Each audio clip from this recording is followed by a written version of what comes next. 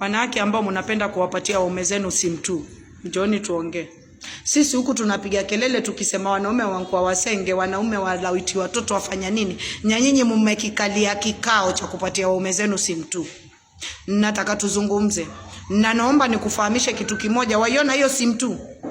Usifikirie hiyo sehemu kimwagia maji ya moto, na ukimwagia maji ya moto uliotia chumvi na malimao itarudi kama ise mwingine. Ise mwingine mbarikiwa, huku kumbarikiwa.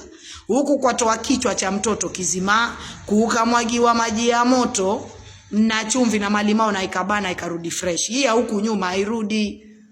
Sasa wewe utakwenda kumfurahisha mume wako kwa kumpa simu tu, mko huku mumejaa, mko kibao. Na si Waswahili peke yake tunaita bia. Iko mpaka wabara wapi siku hizi watu wamechanganyikiwa, sijui mapenzi gani watu wafanya. Sasa wewe umempa mume wako simu tu.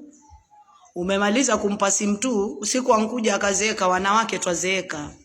Nyama za shuka, inkwenda inshuka, haitaki tena haibani. Anrudi huku nje watushikia watoto wetu wa kiume. Chonde chonde wanawake walamu. Baadhi yenu mwajijua. Mumenielewa, mnaokwenda kuzaa pale mkazibwa na mipamba nyuma. Mtoto asiwatokea mbele atokea na huko.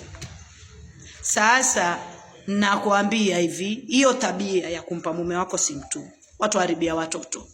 Hiyo tabia yako kumpa mume wako simu tu, wamfanye wamsenge, na ndo wao wasenge wako huko nje tumeshindwa kwa control. Wamama mumezeeka, shughuli ya muiwezi tena, watoto wetu ndo wafanyishwa kazi. Acheni kuwapa waume zenu simu tu, watu haribia mjamii.